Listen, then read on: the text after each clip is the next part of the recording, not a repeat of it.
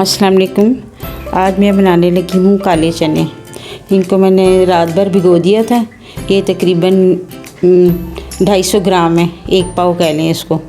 और ये मैंने 1 लहसुन छील लिया पूरा, पोथी जो होती है। और ये 2 प्याज हैं, 1 टमाटर है और 2 इंच का ये अदरक का पीस है। इसको मैंने साफ़ करके डाल दिया। ये हरा प्याज है, हरा सामान है सारा जो इसमें जाएगा। तो इसमें अब मैं डालती हूँ कुकर में। इसको पकाना कोई ज़्यादा मुश्किल नहीं है और इसके बेनिफिट बहुत ज़्यादा हैं। तो चलें शुरू करते हैं। ये काले चने का ये बिल्कुल गोश्त की तरह ही बनता है। तो जैसे हमारे गांव स्टाइल में गोश्त नहीं पकाते हैं, ये चने डाल दिए मैंने। अब ये जो मैंने सारा मसाला बनाया था वो डाल दूँगी। और इसमें पानी इतना डालूँगी कि जिसमें जो है ना ये पूरे भीग जाएंगे और इसके ऊपर 2 हिस्से और पानी। बस ये देखें पानी मैंने कितना डाला है। ये इसमें भीग गए। अब इसमें 2 हिस्से और पानी डाल दूँगी और ये इसी में डल जाएंगे पूरे।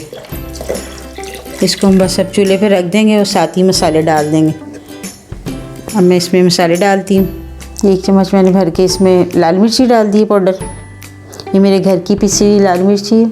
ये छोटी चमची मैंने हल्दी डाली है, ये भी घर की पिसी हुई है।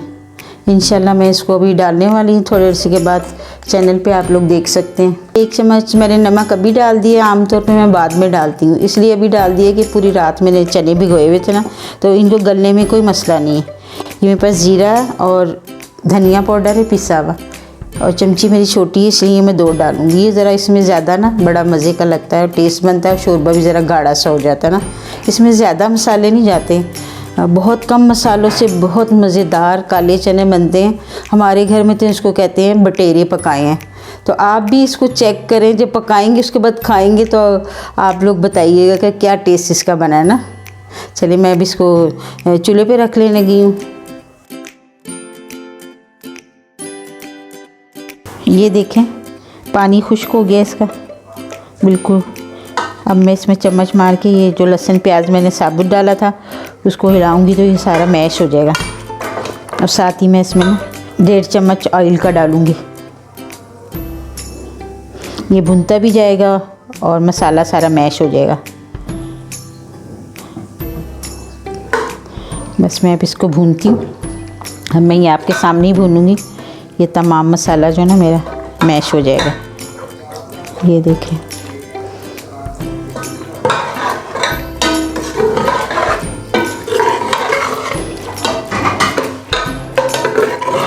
और ये बहुत जल्दी मैश हो जाता है। हालांकि मैंने सब कुछ साबुत डाला था। और ये अदरक जो साबुत नज़र आ रहा है ये एंड में मैं निकाल दूँगी।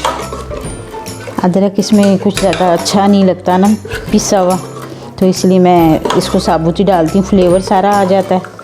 ये देखें मैश हो गया मसाला।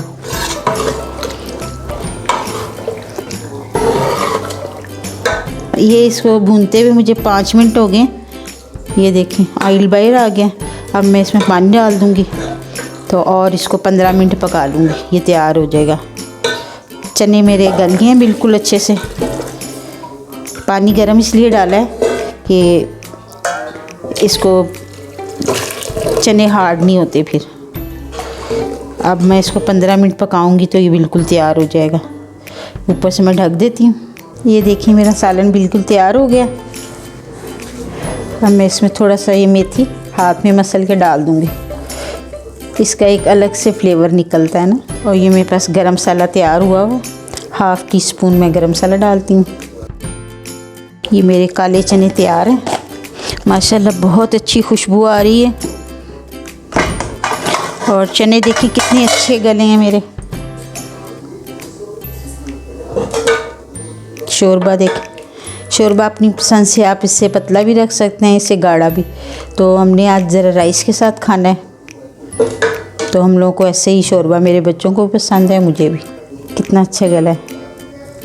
ये देखें। इंशाल्लाह आप बनाएं मेरी रेसिपी से और फिर बताएं क्या टेस्ट है। अक्सर बच्चियों को चिकन गोश्त तो बनाना आता है, मछली बनानी आती है। ऐसे सादे सादे खाने उनको बनाने मुश्किल होते हैं और बना भी नहीं पाती हैं। तो इसलिए मैंने कहा आज सादे से काले चने डालूं ताकि सब नई सीखने वाली बच्चियों को आ जाएं। ये चने मेरे तैयार हो गए हैं। ये मेरा मुकम्मल मेन्यू देख लें। ये अचार भी मेरा घर का है, मैंने घर में बनाया है। अगर आप लोगों को इसकी रेसिपी चाहिए तो आप मुझे कमेंट बॉक्स में बताएं, तो मैं इंशाल्लाह ज़रूर डाल दूँगी। तो चावलों के साथ तो बड़ा टेस्ट करते हैं ये, हम लोग तो ऐसे ही खाते हैं इसको। अगर आप लोग को रोटी पसंद है तो आप रोटी बनाएं। तो इसको बनाएं और मुझे बताएं कि कैसे तैयार हुए। अल्लाह हाफिज़।